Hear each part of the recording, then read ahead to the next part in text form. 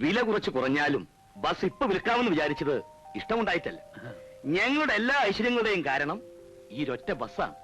മുസ്തത്തിന്റെ കാലത്ത് വാങ്ങിച്ചതാ. അപ്പോ ഒരുപാട് പഴക്കണ്ടാവൂലേ? മണ്ണും വണ്ടിയും എപ്പോഴും പഴയതാ നല്ലത്. അതിനെക്കുറിച്ച് വിവരമില്ലാത്തത് കൊണ്ടാ നിങ്ങൾ ഇപ്പൊ ഈ ചോദ്യം ചോദിച്ചത്. നോക്കിയും കണ്ട് നടത്തിയാൽ നഷ്ടം വരില്ലവോ? നല്ല റൂട്ട്, വിശ്വസ്തരായ ജോലിക്കാർ, ഇത് രണ്ടും ശരിയായാൽ ബസ് ഒരിക്കലും ഒരു നഷ്ടമല്ല. റൂട്ടെന്ന് പറഞ്ഞാൽ ആ നാട്ടിൽ വേറെ ബസ്സില്ല. പിന്നെ മേൽനോട്ടം, അതിനിപ്പോ ഞാനുള്ളത് കൊണ്ട് അങ്ങനെയും ഒരു ബുദ്ധിമുട്ടില്ല. വേണ്ടും വിധം സ്നേഹിക്കുകയും പരിപാലിക്കുകയും ചെയ്താൽ ഞാൻ അതിശോക്തി പറയല്ല. മനുഷ്യനേക്കാൾ വിശ്വസ്തനാണ് ഈ ബസ്. നല്ല മുഖലക്ഷണുണ്ട്. ആർക്ക്? വണ്ടിക്ക്. എന്താച്ചാ ഉറപ്പിച്ചോ? അത് അങ്ങനെ അങ്ങ് ഉറപ്പിച്ചു. ഇതാ തങ്കപ്പൻ നായർ. അച്ഛാന്ന് വിളിച്ചതുകൊണ്ട് മകനാണെന്ന് മനസ്സിലായി. എന്ത് ചെയ്യണു? അവനങ്ങ് ഗൾഫിലാ.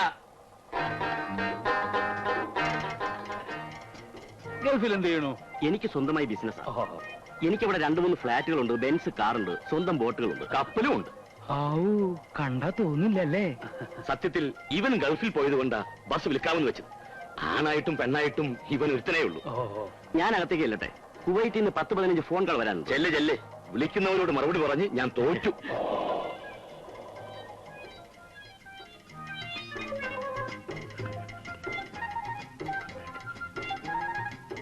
മകൻ കല്യാണം കഴിച്ചതാണോ? ഏയ് അല്ല, ആലോചനകൾ പലതും വരുന്നുണ്ട്. പക്ഷേ ഒന്നും അങ്ങ് മനസ്സിൽ പിടിക്കുന്നില്ല. അപ്പോ ഞങ്ങൾ പോയിട്ട് ഇനിയും വരാം. ആയിക്കോട്ടെ. ഏതായാലും ബസ്സുമായിട്ടുള്ള ബന്ധം ഉറച്ചു. ഇനിയും പുതിയ പുതിയ ബന്ധങ്ങൾ പലതും ഉറപ്പിച്ചാൽ കൊള്ളാമെന്നുണ്ട്. വിശദമായിട്ട് പിന്നീട് പറയാം. അപ്പോ ഞങ്ങൾ അങ്ങോട്ട് വരട്ടെ.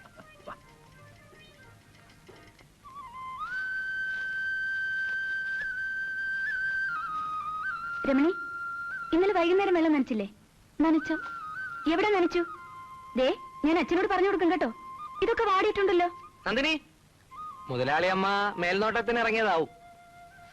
അമ്മാവൻ പുതിയതായി വാങ്ങിച്ച ബസ്സിന് നിന്റെ പേരാണ് ഇടാൻ പോകുന്നെന്ന് കേട്ടല്ലോ. Nandini transport company. നല്ല ഉചിരം പേര്. അതിന് ഈ പറയുന്ന ആൾക്ക് ഒരു നഷ്ടമില്ലല്ലോ. ഞങ്ങളുടെ ബസ്സിന് ഞങ്ങൾക്ക് ഇഷ്ടമുള്ള പേരിടും. അതിനിപ്പോ എന്റെ പൊന്നിനും കൂടെ ദേഷ്യപ്പെടുന്ന എന്തിനാ? ദേ, അച്ചോട്ടിന് എപ്പോഴും എന്നെ ഇങ്ങനെ കളിയാക്കിയാൽ ഞാൻ അച്ഛനോട് പറഞ്ഞു കൊടുക്കും. നിന്റെ അച്ഛൻ ആര്? കളക്ടറോ? പാടി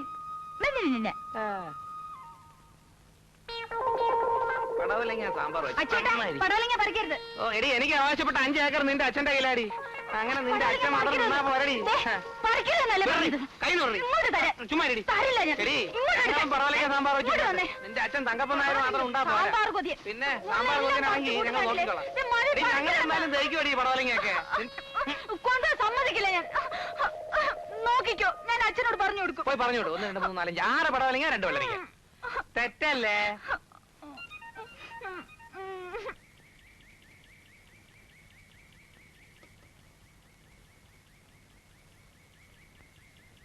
ഇനിയും ഒരുപാട് പോണോ? ഈ വഴി പോണം.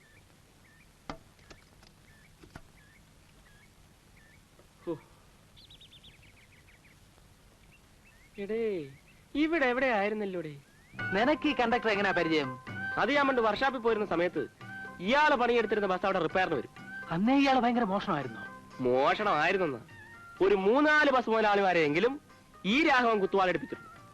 ഇവിടെ ചെക്കിംഗ് ഇൻസ്പെക്ടർ മുമ്പ് നിൽക്കുമ്പോഴല്ലേ ടിക്കറ്റ് കൊടുക്കാൻ കാശ് വാങ്ങിക്കുന്നത്. അതൊക്കെ ഒരു നേക്കടേ. നമ്മൾ സത്യസന്ധന്മാരെ കൊണ്ടൊന്നും പറ്റത്തില്ല. നിന്നെ കൊണ്ട് പറ്റൂടാ. എന്നാ ഞാൻ എന്നേ രക്ഷപ്പെട്ടു പോയെന്ന്. എങ്ങോട്ടാ? ഇങ്ങോട്ട് വാടേ. രാഘവേട്ടനെ കാണാൻ തന്നെ. എന്താ വിശേഷം? ഒരു കോളുണ്ട്. എന്ത് കോള്? എല്ലാം പറയാം വാ. ഇതിനൊന്ന് കെട്ടിക്കോട്ടെ ഈ സാധനത്തിന്. പിന്നെ അല്ല, ഇപ്പൊ ഏതെങ്കിലും ബസ്സിലെ കണ്ടക്ടറാണോ? മതിയുടെ, ഇനിയൊന്ന് വിശ്രമിക്കണം. ആവശ്യത്തിലേറെ സമ്പാദിച്ചു കാണും. കുഴപ്പമൊന്നുമില്ല. ഒരു 10-15 പശുക്കളുണ്ട്, 2 ഏക്കർ നെൽപ്പാടം വിലക്ക് മേടിച്ച്. പക്ഷെ 2 ലക്ഷത്തിന്റെ വീട് പ്ലാൻ ചെയ്ത് പണി നടന്നുകൊണ്ടിരിക്കുമ്പോഴാ MP ട്രാൻസ്പോർട്ടുകാർ എന്നെ പിരിച്ചുവിട്ടത്. വീട് പാതി നിൽക്കുക. ഇതേതായി പുതിയ കുരിശ്? ചിരിക്കല്ലേ. ഇത് നമ്മുടെ സ്വന്തമാണ് തന്നെ. ഹലോ. അയ്യോ, അല്ല, കൊള്ളാം. എന്തിനാ പിരിച്ചുവിട്ടത്? സംശയത്തിന്റെ ബലത്തിലായിരിക്കും. അല്ലാതെ ചെക്കിംഗ് ഇൻസ്പെക്ടർമാർ എന്നെ പിരിച്ചുവിട്ടല്ലെന്ന്. ഞാൻ റൂട്ടിൽ പോകുമ്പോ മാത്രം എന്താ കളക്ഷൻ കുറയുന്നേന്നൊരു സംശയം. ചെക്കിംഗ് ഇൻസ്പെക്ടർമാർ 18 ഒന്നും 19 നോക്കി എന്നെ കൈയോടെ പിടിക്കാൻ. സാധിച്ചില്ല. എന്നാ വീട് പണി നിർത്തിയെടുത്തു. വീണ്ടും തുടങ്ങാം. ഞങ്ങളുടെ റൂട്ടിൽ ഒരു ബസ് ഓടാൻ പോകും. അല്ല, എന്നെ പറ്റി അറിയാവുന്ന ആരെങ്കിലും എന്നെ കണ്ടക്ടർ ആക്കൂ. അല്ല, ഒന്ന് ആലോചിച്ച് നോക്കിയേ. യോ, ഇതെന്താണെന്നറിയാമോ? മനസ്സിലായില്ല. ഇത് പുതുക്കാട് MLA റെക്കമെൻഡേഷൻ ലെറ്ററാണ്. ഈ ബസ് ഉടമ തങ്കപ്പൻ നായർക്ക് മൂർഖൻ പാമ്പിനേക്കാൾ പേടിയാണ് രാഷ്ട്രീയക്കാര്. ഈ പുതുക്കാട് MLA എന്തിനാ എന്നെ റെക്കമെൻഡ് ചെയ്യുന്നേ? കത്ത് തീരുവൊക്കെ ഞങ്ങൾ തന്നെ ഉണ്ടാക്കിയതല്ലേ? നേരാണോ? അതെയോ? രാഘവേട്ടൻ നാളെ തന്നെ മൊലാളുടെ വീട്ടിൽ വരണം. ഇന്റർവ്യൂ ഉള്ളതാ. ശരിയാവോ? അതാ ഞങ്ങളിവിടെ ഒരു കാര്യം സംസാരിച്ചോണ്ടിരിക്കുക. അതിനിടയ്ക്ക് കടകടൊന്നും പറയണ്ട. എന്റെ അമ്മയുടെ ഭാവോ. പറ പറ പറ പറ പറ. ശരിയാവുന്നേ. ചേട്ടന്റെ വീട് പണി പൂർത്തിയാക്കണ്ടേ? വേണ്ടേ? തനിക്ക് ഈ മുതലാളിയോട് വലിയ വെറുപ്പല്ലേ? അതെന്താ? അല്ലെങ്കിൽ പിന്നെ എന്തിനാ എന്നെ കണ്ടക്ടർ ആക്കുന്നത്? പിന്നെ ഞാൻ പിന്നെ നീ ഇരിക്കണ്ട. നീ ഇരിക്കാതാകുമ്പോ ഞാൻ പറയാൻ കേട്ടോ, ഞങ്ങള് ഫ്രണ്ട്സാ. നീ ഇപ്പൊ പരിചയപ്പെട്ടതല്ലേ ഉള്ളൂ. അല്ല പോയി, ഞാൻ പോട്ടെ. അല്ലാതെ പിന്നെ വലിയ വലിയ ആൾക്കാർ ചിരിക്കുന്നിടത്ത് ഒപ്പം ചിരിക്കാൻ വന്നിരിക്കുന്നത്. ദയവ് ചെയ്ത് ആരും ബഹളം വെക്കരുത്. ഇന്റർവ്യൂ ഉടൻ ആരംഭിക്കുന്നതാണ്. പിന്നെ ആ ഡ്രൈവറുടെ ജോലിക്ക് ആരെങ്കിലും വന്നിട്ടുണ്ടെങ്കിൽ ദയവ് ചെയ്ത് പിരിഞ്ഞു പോകണം. എക്സ് മിലിറ്ററി കണാരനെ ഡ്രൈവറായി നിയമിച്ചു കഴിഞ്ഞിരിക്കുകയാണ്. ഒന്ന് മാറിക്കോ, ഒന്ന് പോട്ടെ. എവിടേക്കാ? ഞാൻ ബോംബെ ദയവായി ക്യൂ പാലിക്കുക. ദയവായി ക്യൂ പാലിക്കുന്നില്ല. ദയവായി ക്യൂ പാലിക്കുക. ദയവായി ക്യൂ പാലിക്കുന്നില്ല. എനിക്ക് ഈ കത്ത് മുതലാളിക്ക് കൊടുക്കണം. അതിനുവേണ്ടി വന്നതാ. ഞാൻ ഒന്ന് പോട്ടെ. ഇതൊരു സർക്കാർ ആഫീസ് അല്ല. എടോ, അതിന് ഞാൻ എന്ത് വേണമെന്ന്? പിൻവാതിലൂടെ ഒരുത്തിനെയും വിടില്ല. എനിക്ക് ചെവി കിട്ടൂടെ? ഞാൻ പൊട്ടനാ. മാറിക്കോ. ആഹാ, നിനക്കെന്നെ മനസ്സിലായില്ലല്ലേ? ഞാൻ മനസ്സിലാക്കി. മുണ്ടഴിച്ചോ? നീ അയക്കാൻ മുണ്ട് കഴിക്കാം. ആദ്യം മുണ്ട് നീ അയക്കാൻ മുണ്ട്. അങ്ങനെ പറ. ഇത് പുതുക്കാട് MLA കത്താ. MLA കത്തോ? നേരത്തെ പറയണ്ടേ? അതല്ലേ നേരത്തെ പറഞ്ഞത്.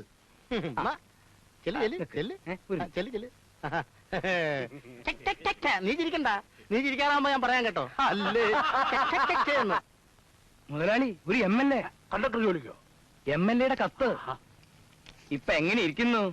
ശ്രീ KP തങ്കപ്പൻ നായർ ബസ് മുതലാളിയായ വിവരം പുതുക്കാട് MLA വരെ അറിഞ്ഞിരിക്കുന്നു.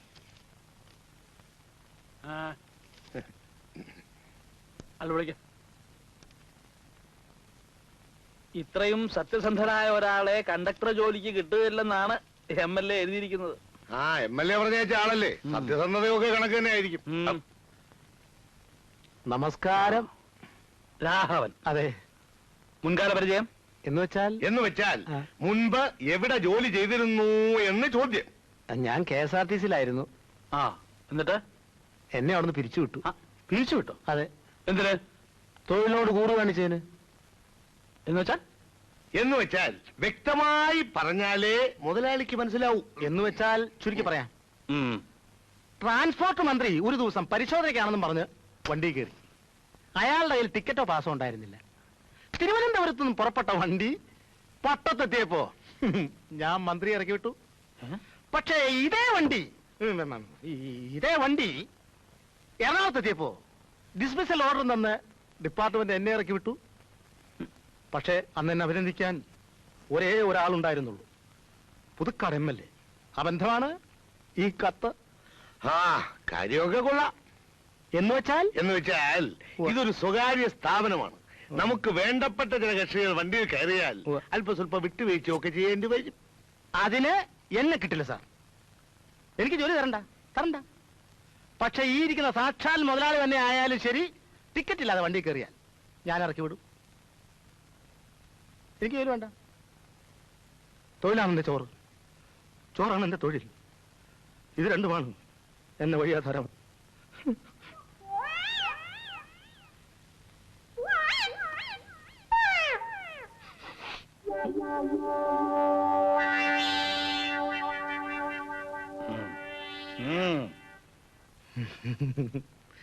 ഈശ്വരാധീനം.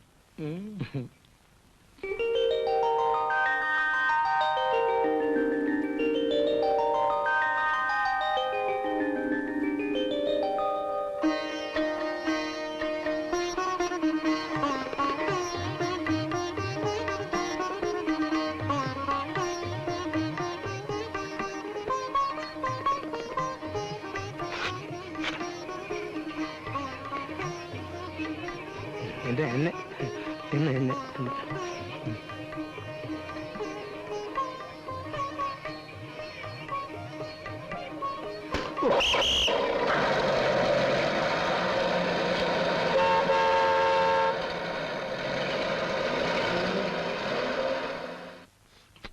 ദുബായിക്കുള്ള ഒരു വിസ ഒത്തുകിട്ടാൻ സാധ്യതയുണ്ട്. അത് നടന്നാൽ അമ്മാവൻ എന്നോടുള്ള സമീപനം മാറ്റും. അതുവരെ അയാളെ വെള്ളം കുടിപ്പിക്കുക. രാഘവേട്ട, സത്യത്തിൽ എന്റെ അമ്മയ്ക്ക് അവകാശമുള്ള 5 ഏക്കർ തെങ്ങുംപുരയിടം അയാൾ കൈവശം വെച്ചിരിക്കുന്നു. അതും അതിന്റെ പലിശയും കിട്ടാതെ എന്റെ ഈ ജീവിതം കൊണ്ട് ഒരു പ്രയോജനവുമില്ല. ഒരു പ്രയോജനമില്ല. രാഘവേട്ടൻ ഇരിക്കും, ഒരു അത്യാവശ്യ കാര്യമുണ്ട്. എന്താ വാ പറയാം. അപ്പൊ ഈ കാപ്പിയുടെ കാശ് ഞാൻ കൊടുക്കണം അല്ലേ?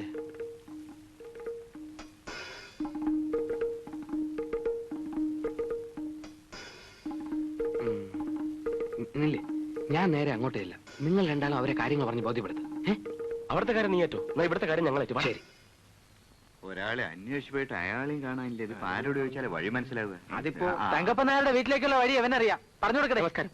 ഇവിടെ നേരെ പോയി കഴിഞ്ഞാൽ വലത്തോട്ടൊരു വഴി കാണും, അതിലേ പോകരുത്. ഇടത്തോട്ട് പോകുമ്പം ഒരു 2 ഫർലോങ് പോകുമ്പം വീണ്ടും വലത്തോട്ടൊരു വഴി കാണും, അതിലെ 3ാമത്തെ വീടാണ് തങ്കപ്പൻ നായരുടെ വീട്. താങ്ക്സ്. ശരി. പാവം, എങ്ങനെ കഴിഞ്ഞിരുന്ന ആളാ, ഇപ്പൊ സ്വത്തെല്ലാം ജപ്തി ചെയ്യാൻ പോവാണത്രേ. ആളുടെ കാര്യമാണ് നിങ്ങൾ പറയുന്നത്? നീ എന്തിനാ വെറുതെ ജപ്തിയുടെ കാര്യമൊക്കെ ഇവരോട് പറയുന്നത്? ഇവരൊന്നും അറിഞ്ഞിട്ടില്ല സ്ഥിതിക്ക് ഇഷ്ടം പോലെ ആയിക്കോട്ടെ, അത് അവരുടെ കാര്യം. ഒന്ന് ചോദിച്ചോട്ടെ, അല്ല തങ്കപ്പൻ നായരെ പറ്റി ആണെങ്കിൽ അറിയാൻ ഞങ്ങൾക്ക് താല്പര്യമുണ്ട്. മകളെ പെണ്ണ് കാണാൻ പോവാണേ, ചെറുക്കൻ ഗൾഫിലാ. ദാരിദ്ര്യവാസികളുടെ ഇടയത്തിന് ചാണ്ട കാര്യം ഇവനില്ല. നിങ്ങൾ പറഞ്ഞില്ലെങ്കിലും ഞങ്ങൾ അറിയും.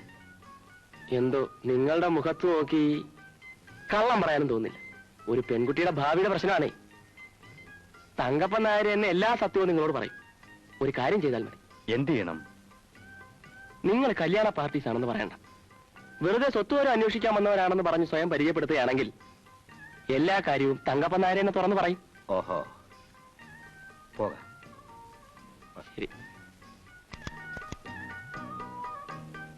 അങ്ങനെ താങ്ക്സ്. ഇന്നത്തെ സ്ഥിതിക്ക് 1 ലക്ഷം രൂപയെങ്കിലും അമ്മാവൻ ഉടൻ കെട്ടേണ്ടി വരും. ഈ ഇൻകം ടാക്സുകാർ കണ്ണു വെച്ചാ പിന്നെ പോക്ക. ചതിച്ചല്ലോടാ അച്യുതാ. ഈ കരിഞ്ചന്തക്കാരെയും പൂഴ്ത്തിവെപ്പുകാരെയും ഒന്നും അവന്മാർ പിടിക്കില്ല. പാവപ്പെട്ട കൃഷിക്കാരന്റെ മെക്കെട്ട് കയറിക്കോളും. പാവപ്പെട്ട കർഷകനല്ലല്ലോ അമ്മാവൻ.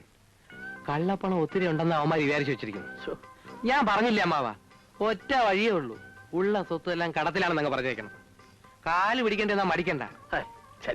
ഈ വക കാര്യത്തിൽ നിന്ന് അഭിമാനം നോക്കിയിട്ട് കാര്യമില്ല അമ്മാവ. അവർ വരുന്നു. അമ്മ ഒരു കാര്യം ചെയ്യണം, ആ മോതിരവും മാലയൊക്കെ ഒരു തന്നാട്ടെ.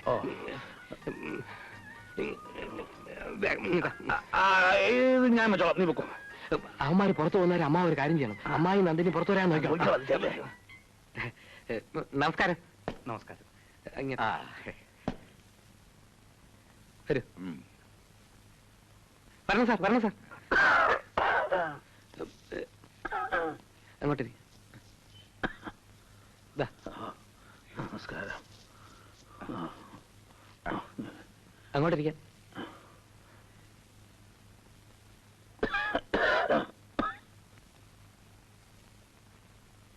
മിസ്റ്റർ തങ്കപ്പൻ നായരല്ലേ? അതെ. എന്താണാവോ വിശേഷിച്ച്? വിശേഷിച്ചൊന്നുമില്ല, പോകുന്ന വഴിക്കൊന്ന് കയറിന്ന് മാത്രം. ഇൻകം ടാക്സ് ഇങ്ങനെ പറയൂ. ഇപ്പോഴത്തെ കാലത്ത് ഇതുപോലൊരു കെട്ടിടം പണിയാൻ ഒരു 3-4 ലക്ഷം രൂപയെങ്കിലും വേണ്ടി വരും, ഇല്ലേ? മുത്തശ്ശന്റെ കാലത്ത് പണിതാ. ഇതാ ഇപ്പൊ ഒരു ശാപമായത്. ഇതൊന്ന് വൃത്തിയായിട്ട് തൂത്തു തുടയ്ക്കാൻ ഒരാളെ വെക്കാൻ പോലും ഇന്ന് ശേഷിയില്ല. അയ്യോ, അതെന്ത് പറ്റി? കേസും കോടതിയും, കോടതിയും കേസും ഒക്കെ കടത്തിലായി എന്ന് പറഞ്ഞാൽ കഴിഞ്ഞല്ലോ. പിന്നെ വിട്ടുമാറാത്ത ഈ ചുമയും. പറമ്പിലൊക്കെ ധാരാളം കൃഷിയുണ്ടല്ലോ. ഉണ്ട്, പക്ഷെ ഒക്കെ കാണാനേ എനിക്ക് വിധിയുള്ളൂ. പറമ്പ് മുഴുവൻ പാട്ടത്തിന് കൊടുത്തിരിക്കുക. കുട്ടികളെ? ഒന്നേ ഉള്ളൂ, മകളാ.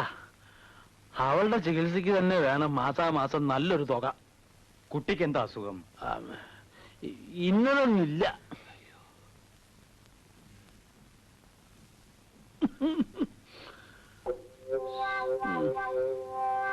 എന്നാ പിന്നെ ആരോഗ്യമൊന്നുമില്ല. എന്നാ ഞങ്ങൾ ഇറങ്ങട്ടെ. സന്തോഷം. അല്ല, മാറിയേക്ക്. കുടിക്കാൻ പോയി തൊലയിട്ടില്ല. ഇല്ല, ഇല്ല. ഇപ്പൊ എങ്ങനെ ഇരിക്കുന്ന അമ്മാവ? ഒരു അത്യാവശ്യം വന്നപ്പോ അച്ഛനും വേണ്ടി വന്നില്ലേ? അത് പിന്നെ അങ്ങനല്ലേ അച്യുതാ. നിന്റെ അച്ഛന്റെ കൊനഷ്ട ബുദ്ധിയും സൂത്രപ്പണിയൊക്കെ നിനക്കും കിട്ടാണ്ടിരിക്കുവോ? അയാൾ നീ അപ്പുറത്ത് ചെന്ന് കാപ്പിയും പലഹാരവും എല്ലാം കഴിച്ചിട്ട് പോയാ മതി. ചെല്ലേ. ഓ